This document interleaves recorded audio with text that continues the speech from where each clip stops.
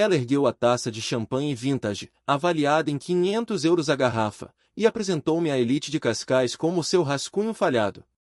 Beatriz riu-se, dizendo que eu fui o erro necessário para ela aprender a merecer o luxo. O que ela não sabia, enquanto a sala inteira ria da minha suposta mediocridade, era que eu não estava ali como um convidado indesejado. Eu estava ali porque, 12 horas antes, a minha empresa tinha comprado a dívida de 50 milhões de euros que mantinha a família do noivo dela à tona.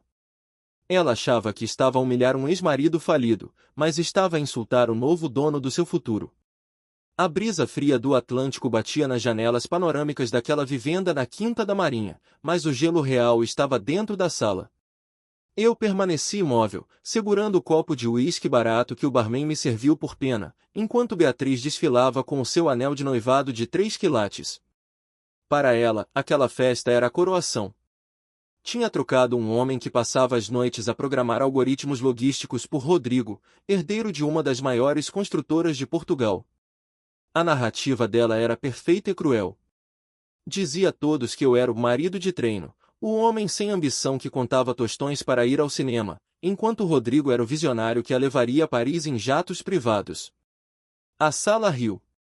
Um riso educado, mas venenoso. Homens em fatos feitos à medida e mulheres com vestidos de estilistas olhavam-me com aquela mistura de curiosidade e desprezo reservada aos intrusos. Eu não disse nada. Não corrigi quando ela disse que eu trabalhava na seção de devoluções de uma loja de informática. A verdade era muito mais perigosa do que ela podia imaginar. Quando Beatriz saiu de casa, levando até a máquina de café, ela disse que precisava de alguém que movesse o mundo, não de alguém que o organizasse em folhas de cálculo. O que ela ignorou foi que, 6 meses depois do divórcio, o meu sistema de otimização de portos foi licenciado por 2 grandes companhias de navegação globais. O valor do contrato ultrapassava os 200 milhões de euros. Mas eu mantive o silêncio. O meu pai, um velho pescador de Setúbal, ensinou-me que quando o mar recua, não é sinal de paz, é aviso de tsunami. Rodrigo, o noivo, parecia menos confortável com o espetáculo do que ela. Ele ajeitava a gravata nervosamente e evitava o meu olhar. Havia uma razão para isso. Rodrigo sabia algo que Beatriz desconhecia. Na semana passada, o Grupo Simões, a empresa da família dele, tinha falhado um pagamento crítico a credores internacionais. O mercado ainda não sabia, mas nos bastidores, o império deles estava por um fio. E foi aí que a primeira reviravolta da noite começou a desenhar-se. Enquanto Beatriz contava uma história exagerada sobre como eu tinha medo de investir em criptomoedas, as portas duplas de Carvalho abriram-se. A música de jazz suave parou abruptamente. Dona Helena, a mãe de Rodrigo e a verdadeira matriarca de ferro da sociedade lisboeta, entrou na sala. Ela não olhou para o filho. Não olhou para a futura nora. Os olhos dela, afiados como lâminas, varreram o salão até encontrarem os meus. Dona Helena não me via como ex-marido falhado. Ela reconheceu-me imediatamente da reunião confidencial via Zoom que tivemos naquela manhã. Beatriz, alheia ao perigo, correu para a sogra, tentando puxá-la para a roda de escárnio. Ela apontou para mim novamente, pronta para lançar mais uma piada sobre a minha suposta vida monótona. Mas Dona Helena não sorriu. A mulher caminhou em minha direção, ignorando completamente a noiva e o filho. O silêncio que caiu sobre a sala foi pesado, quase sufocante. Ela parou a meio metro de mim. Eu vi o pânico nos olhos de Rodrigo. Ele sabia que se a mãe falasse o nome da minha holding, a Operação Nexus, todo o teatro de riqueza deles desmoronaria ali mesmo. Foi então que aconteceu algo que ninguém esperava. Em vez de me expulsar ou me cumprimentar formalmente, Dona Helena fez uma vênia discreta, um sinal de respeito que aquela mulher nunca oferecia a ninguém. Ela virou-se para a sala, com a voz calma mas autoritária, e disse que estava na hora de parar com as brincadeiras infantis, pois havia adultos presentes que precisavam de discutir o futuro financeiro de todos naquela sala. Beatriz congelou, com o sorriso a tremer, sem entender por que é que a rainha estava a tratar o bobo da corte como se fosse o rei. O jogo tinha mudado, e eu ainda nem tinha jogado a minha primeira carta. O silêncio que se seguiu à vênia de Dona Helena não foi apenas de constrangimento, foi o som de uma hierarquia social a ser reescrita em tempo real. Beatriz, que momentos antes rege a sala como uma maestrina de escárnio, parecia agora uma violinista cujo instrumento tinha subitamente perdido as cordas. Ela tentou rir, um som agudo e nervoso que ricocheteou nas paredes de estuque trabalhado, mas ninguém a acompanhou. O saxofonista, sentindo a mudança na pressão atmosférica da sala, começou a tocar uma melodia baixa e hesitante, como se pedisse desculpa por interromper o momento. Dona Helena não deu explicações. Com um gesto subtil de cabeça, indicou-me as portas laterais que levavam à ala privada da mansão. Eu pousei o copo de uísque no tabuleiro de um empregado que passava, ajeitei o meu casaco e segui-a, sentindo o peso de dezenas de olhares cravados nas minhas costas. Beatriz fez menção de nos seguir, dando um passo em frente com aquele sorriso falso que ela usava como escudo, mas o marido, Rodrigo, segurou-lhe o braço. O gesto foi firme, quase brusco, e pela primeira vez naquela noite, vi o medo real no rosto dela. Entramos no escritório de carvalho escuro, um santuário de silêncio isolado da festa. O cheiro era de livros antigos e cera de madeira, um contraste gritante com o perfume excessivo e o cheiro a champanhe do salão principal. Dona Helena caminhou até a sua secretária maciça, uma peça de mobiliário que provavelmente valia mais do que o carro que eu conduzia quando conhecia a Beatriz. Ela não se sentou. Em vez disso, abriu uma gaveta trancada e retirou uma pasta de couro azul escuro com o brasão da família Simões gravado a ouro. Ela deslizou o documento pela mesa polida até parar à minha frente. O olhar dela não era de súplica, nem de medo, apesar de eu ser o dono da dívida que podia liquidar o patrimônio deles. Era um olhar de cálculo frio. Ela explicou, sem rodeios, que aquela pasta continha o plano de reestruturação que Beatriz tinha apresentado à família meses antes, o suposto dote intelectual que a tinha tornado indispensável para o grupo Simões e justificado o casamento rápido com o herdeiro. Abri a pasta e, à medida que virava as páginas, senti um frio no estômago que nada tinha a ver com o ar-condicionado. Ali, impressos em papel de alta gramagem, estavam os meus algoritmos. Não eram apenas ideias semelhantes ou conceitos vagos, eram os meus fluxogramas, os meus modelos preditivos de logística portuária, e até as mesmas nomenclaturas de código que eu tinha criado durante noites insones no nosso pequeno apartamento arrendado em Almada.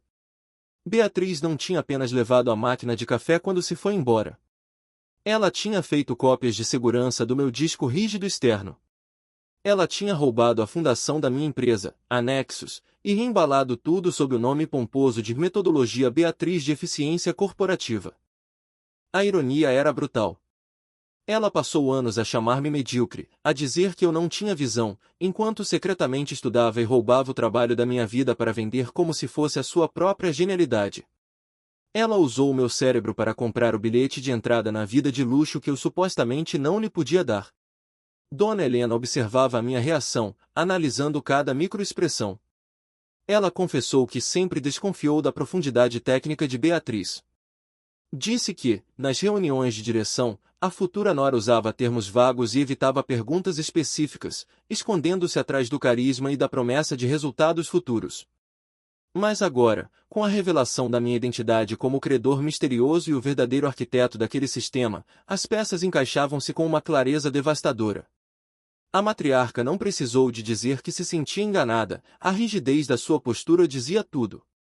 Ela percebeu que o filho não ia casar com uma salvadora financeira, mas sim com uma fraude corporativa que, além de não trazer soluções, trazia o risco legal de roubo de propriedade intelectual. Naquele escritório silencioso, formou-se um pacto tácito entre mim e a mãe do homem que estava prestes a casar com a minha ex-mulher. Não falamos de vingança. Pessoas como nós, ou pelo menos a pessoa que eu me tinha tornado, não falam de vingança, falam de correção de mercado. Ela perguntou-me, com a voz baixa, se eu tinha provas da autoria original daqueles documentos. Apenas balancei a cabeça afirmativamente. Os registros de patentes e os logs de criação datados de 3 anos atrás estavam seguros nos servidores da minha empresa. Dona Helena fechou a pasta com um som seco que ecoou como um tiro. Ela disse que a festa continuaria por mais 1 hora, o tempo necessário para que a ilusão se mantivesse até que todos os convidados importantes estivessem presentes para o brinde final. Ela queria que a queda fosse pública, não por crueldade gratuita, mas para se dissociar completamente da fraude antes que esta manchasse a reputação secular da família. Ela pediu-me para voltar lá para fora e agir naturalmente, para deixar Beatriz acreditar, apenas por mais alguns minutos, que ainda estava no controlo. Quando saímos do escritório e voltamos ao burburinho da festa, a atmosfera tinha mudado subtilmente. Os convidados, tubarões sociais experientes, sentiam um cheiro a sangue na água. Eles viram-me sair com a matriarca e voltar ileso, e isso alterou a gravidade da sala.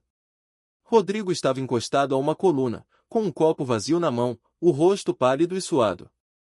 Beatriz estava no centro de um grupo de amigas, rindo alto demais, gesticulando com um anel, mas os olhos dela varriam o espaço freneticamente, procurando a aprovação que começava a evaporar.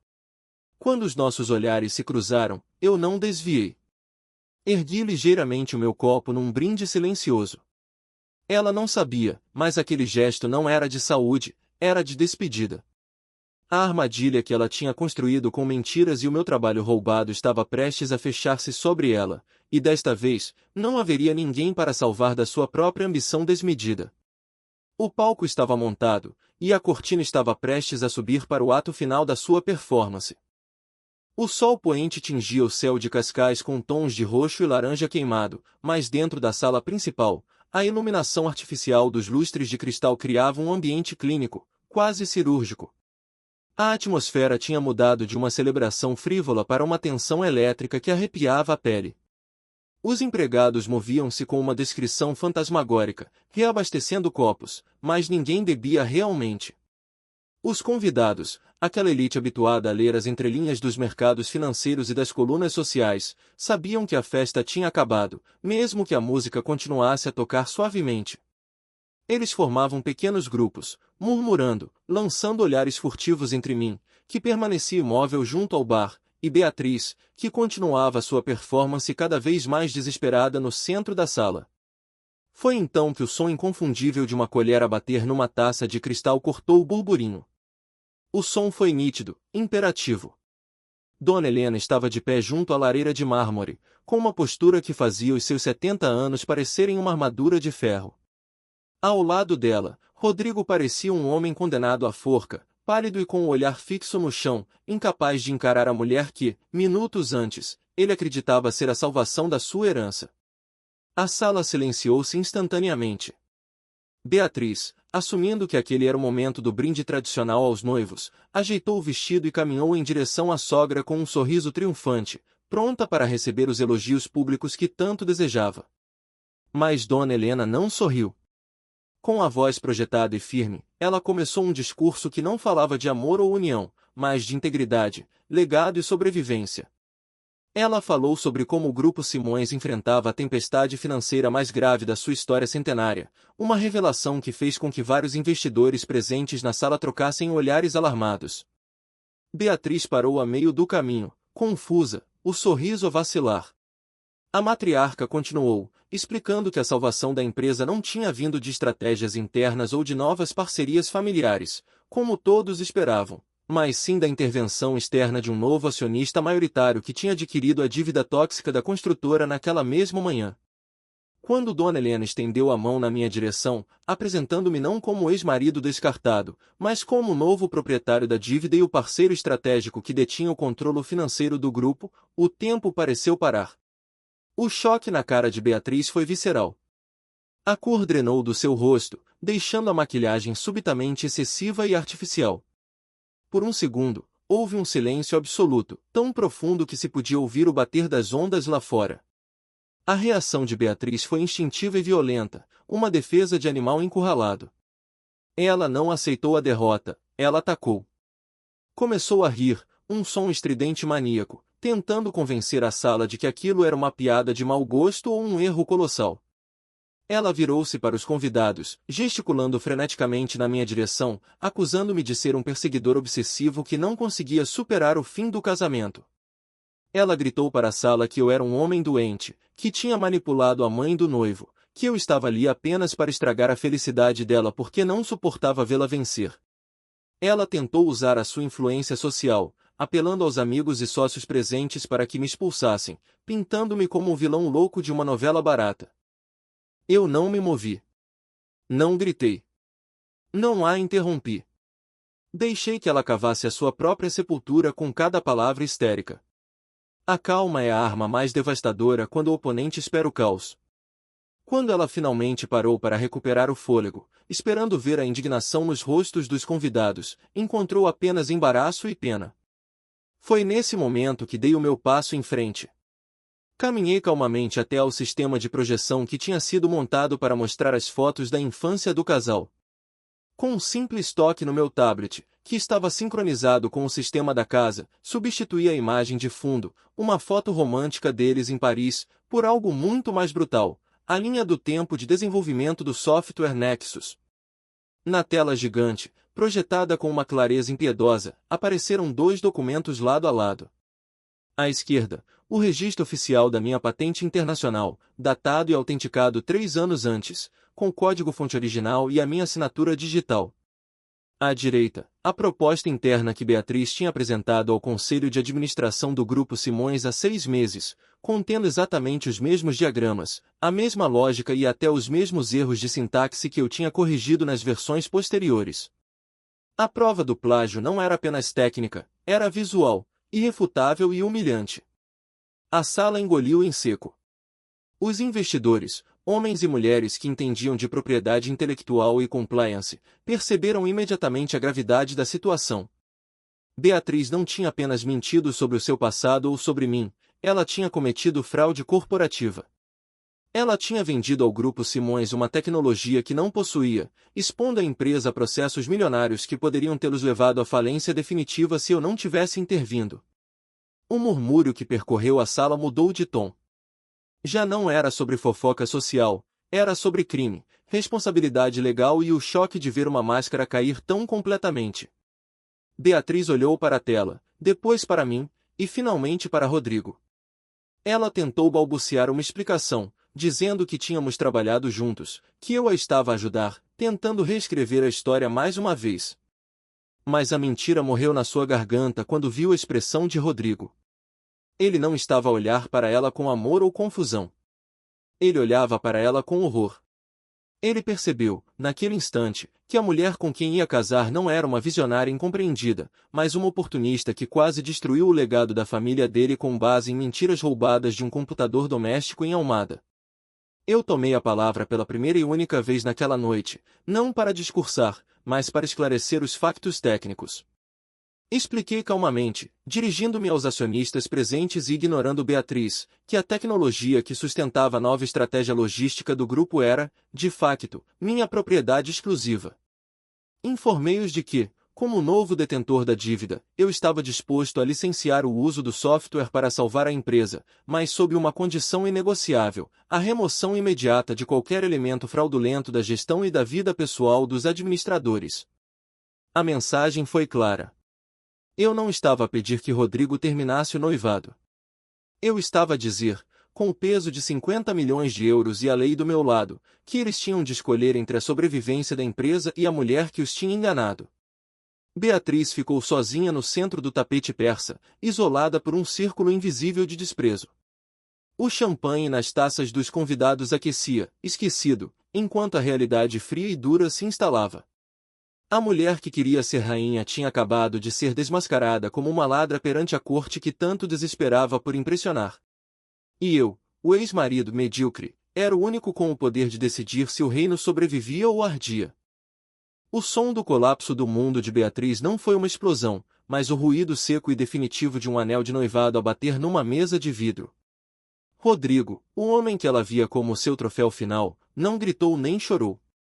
A reação dele foi muito mais aterradora, uma frieza absoluta, o tipo de distanciamento emocional que só surge quando a admiração se transforma instantaneamente em repulsa.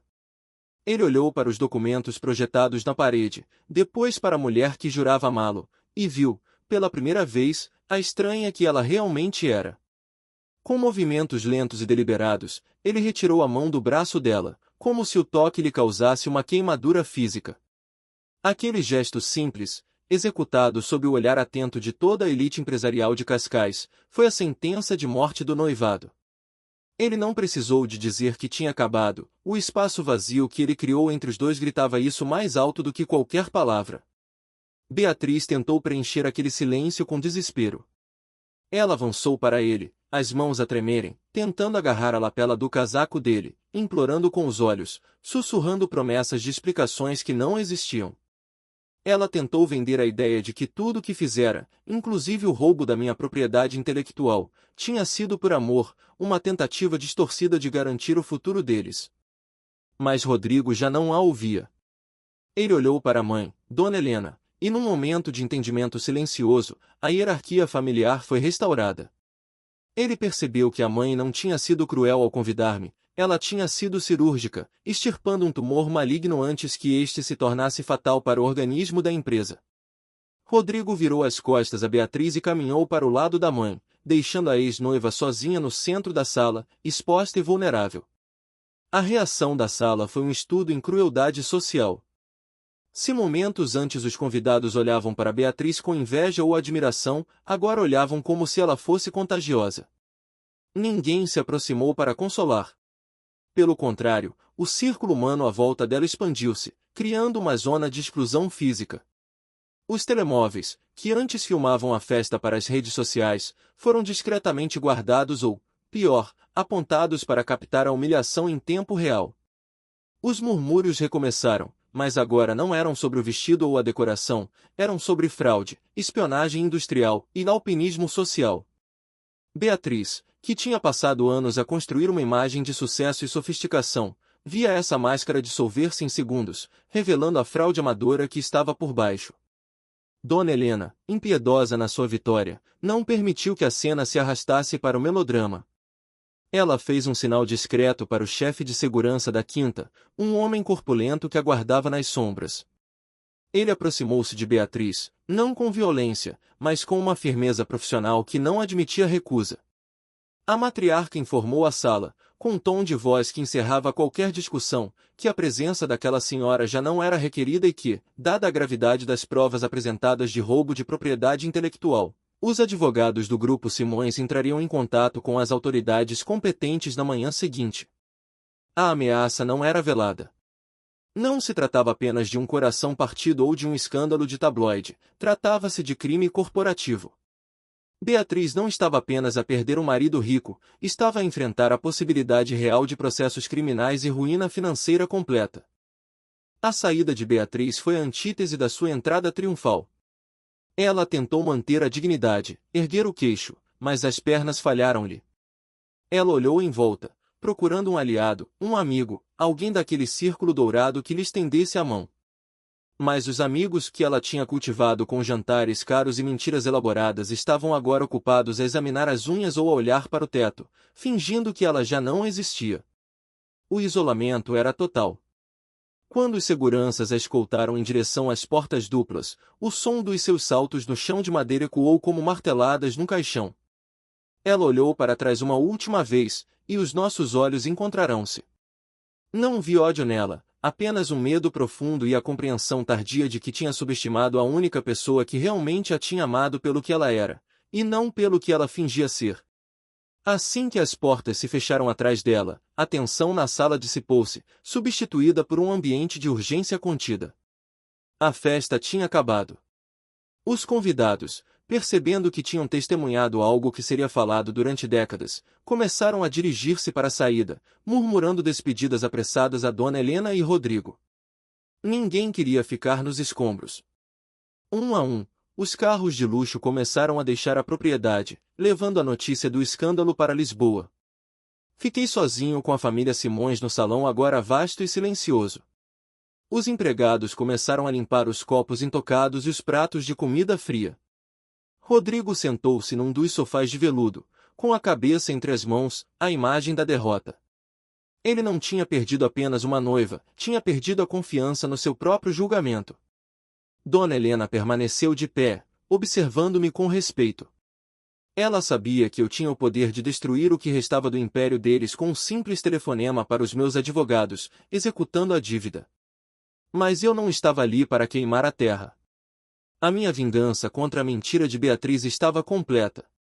Agora, restava a questão do que fazer com a verdade que sobrava. Eu olhei para o contrato de dívida digital no meu tablet, o instrumento de poder que me tinha trazido até ali, e percebi que a verdadeira justiça não terminava na destruição do culpado, mas na proteção dos inocentes que tinham sido apanhados no fogo cruzado. O silêncio que restou no grande salão da Quinta da Marinha não era vazio, estava carregado com o peso de 50 milhões de euros e o destino de centenas de trabalhadores. Dona Helena e Rodrigo olhavam para mim, aguardando o golpe final.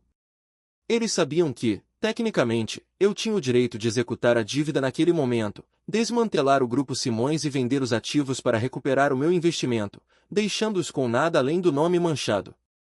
Seria a vingança perfeita, a destruição total daqueles que, direta ou indiretamente, tinham feito parte do teatro de humilhação orquestrado por Beatriz. Mas enquanto eu observava a matriarca, uma mulher que tinha dedicado a vida a construir aquele império, e o filho, que agora parecia apenas um homem quebrado pela desilusão, percebi que a verdadeira força não reside na capacidade de destruir, mas na capacidade de reconstruir sob os nossos próprios termos. Caminhei até a mesa onde o contrato de cessão de crédito repousava. Com um gesto calmo, puxei uma cadeira e sentei-me, sinalizando para que eles fizessem o mesmo. Não havia necessidade de gritos ou ameaças. Expliquei, com a frieza de quem domina os números, que não tinha interesse em ver a construtora falir. A falência prejudicaria famílias inocentes, pedreiros, engenheiros e administrativos que dependiam daqueles salários e que nada tinham a ver com a ganância de Beatriz. No entanto, a benevolência tinha um preço. Propus uma reestruturação imediata, a dívida seria convertida em capital social, tornando-me o acionista maioritário do grupo. Além disso, o sistema Nexus, o verdadeiro, seria implementado oficialmente para sanear as contas da empresa, substituindo a fraude que Beatriz tinha tentado instalar. A aceitação deles foi imediata e humilde. Dona Helena, com os olhos marejados, não agradeceu com palavras, mas com um aceno solene de cabeça, reconhecendo que eu lhes estava a oferecer uma boia de salvação quando poderia ter deixado o barco afundar. Rodrigo, por sua vez, parecia ter acordado de um longo transe. Ao assinar os documentos que transferiam o controle da empresa da sua família para o ex-marido falhado da sua ex-noiva, ele olhou para mim com uma nova forma de respeito. Ele percebeu que a mediocridade que Beatriz tanto desprezava em mim era, na verdade, uma competência silenciosa que valia mais do que todo o brilho superficial que ela perseguia. Naquela mesa, assinamos não apenas um acordo financeiro, mas um tratado de paz baseado na verdade nua e crua.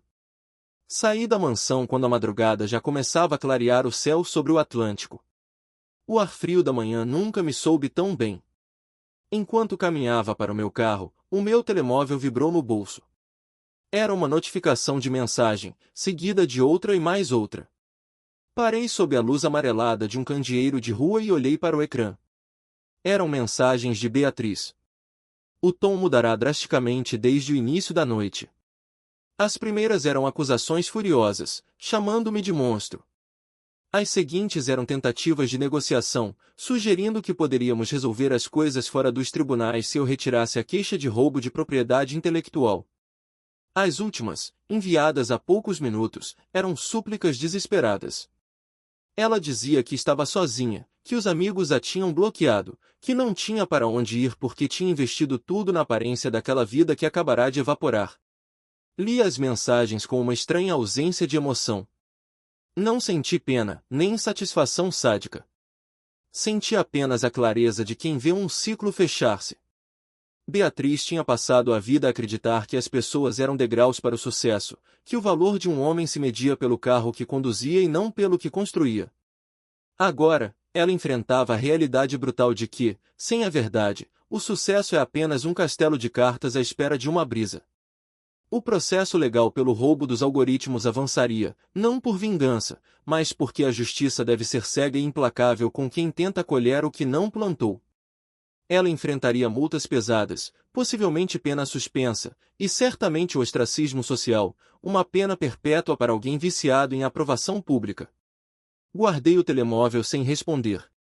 O silêncio seria a minha última resposta para ela, a mais ensurdecedora de todas.